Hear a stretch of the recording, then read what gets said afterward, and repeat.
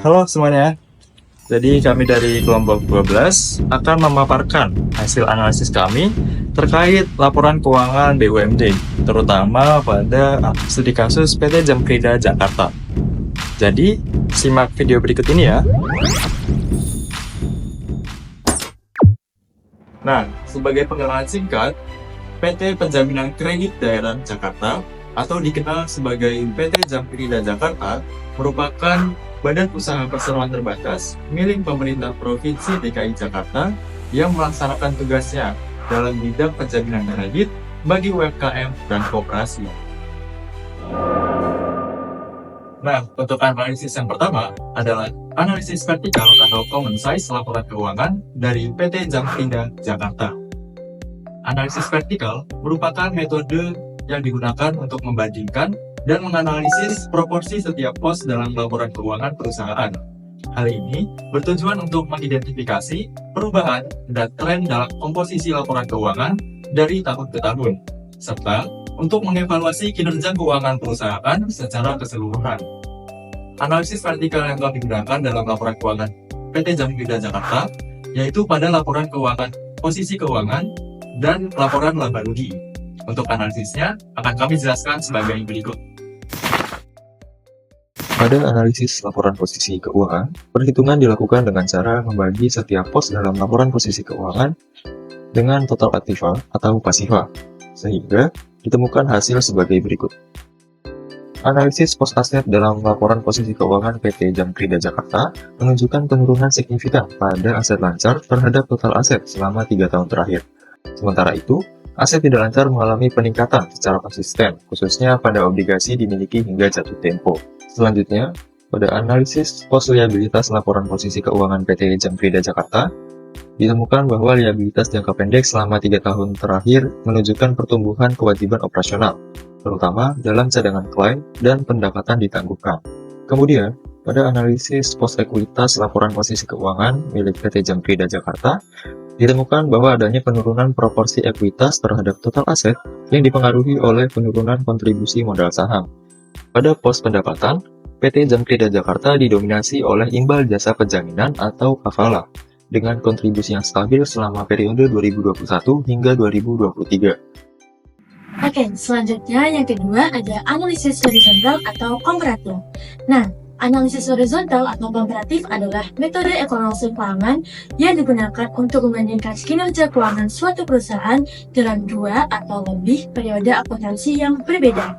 Tujuan analisis horizontal yaitu untuk mengidentifikasi tren dan pola keuangan dalam periode tertentu untuk menilai keberlanjutan atau perubahan komposisi keuangan perusahaan, lalu untuk membantu dalam pengambilan keputusan strategis berdasarkan evaluasi pertumbuhan atau penurunan kinerja.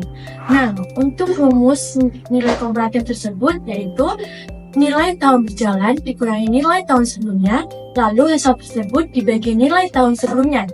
Terus nanti dikali dengan 100%. Pada perhitungan analisis horizontal laporan posisi keuangan PT Jamkrida Jakarta, total aset tahun 2021 hingga 2023 mengalami pertumbuhan aset secara konsisten, diikuti dengan kenaikan jumlah liabilitas ekuitas yang meningkat secara signifikan. Sedangkan pada analisis horizontal laba rugi tahun 2021 hingga 2022, jumlah laba komprehensif menurun tajam hingga minus 192,56%. Sedangkan tahun 2022 sampai 2023 ada perbaikan dengan peningkatan laba sebesar 28,46%. Selanjutnya ada analisis laporan arus kas. Analisis laporan arus kas merupakan analisis yang digunakan untuk menguraikan berapa banyak uang di perusahaan pada awal dan akhir periode waktu tertentu, seperti bulan, kuartal, atau tahun. Nah, seperti namanya, laporan arus kas juga menentukan dari mana uang tersebut masuk dan kemana uang tersebut dibelanjakan. Secara khusus, analisis laporan arus kas menyoroti pasang surutnya uang dalam aktivitas operasi, investasi, dan pendanaan perusahaan. Untuk analisis perhitungan arus kas bisa dicek melalui link barcode berikut ini. Kemudian, kita lanjut ke analisis rasio laporan keuangan milik PT Jamkrida Jakarta. Untuk analisis rasio yang pertama adalah rasio likuiditas. Rasio likuiditas merupakan suatu rasio yang menunjukkan kemampuan suatu perusahaan dalam memenuhi kewajiban jangka pendeknya. Nah, yang kedua ada analisis rasio aktivitas.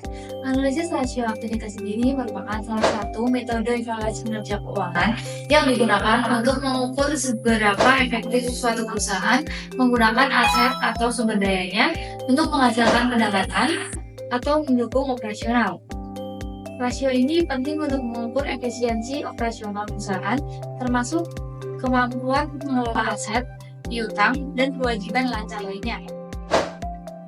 Selanjutnya, yang ketiga ada rasio solvabilitas. Rasio solvabilitas adalah suatu alat analisis keuangan yang berfungsi untuk mengukur kemampuan suatu perusahaan dalam memenuhi kewajiban finansial jangka panjangnya. Rasio ini mencerminkan sejauh mana perusahaan memiliki sumber daya finansial yang cukup untuk membayar utang-utangnya dan menjaga kelangsungan operasionalnya dalam jangka waktu yang panjang. Nah, yang terakhir ada rasio profitabilitas. Rasio profitabilitas sendiri merupakan perbandingan untuk mengetahui kemampuan perusahaan dalam mendapatkan laba terkait penjualan, aset, dan ekuitas atas dasar pengukuran tertentu. Untuk seluruh perhitungan analisis rasio PT Jam Kereta Jakarta bisa dicek melalui link barcode berikut ini. Nah, sekian pemaparan dari kami kelompok 12 terkait analisis laporan keuangan BUMD, terutama pada PT Jam Kereta Jakarta. Saya Edian. Dan saya Kansa. Saya Anita. Terima kasih dan sampai jumpa. Ini hari pertama kita ngerjain proyek akhir analisis laporan keuangan.